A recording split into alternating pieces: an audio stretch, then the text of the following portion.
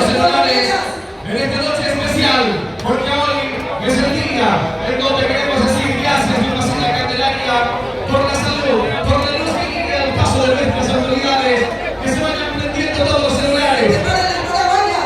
Se preparan las paraguayas para cantar con todos nosotros, con las miles de almas presentes esta noche. Felicidades.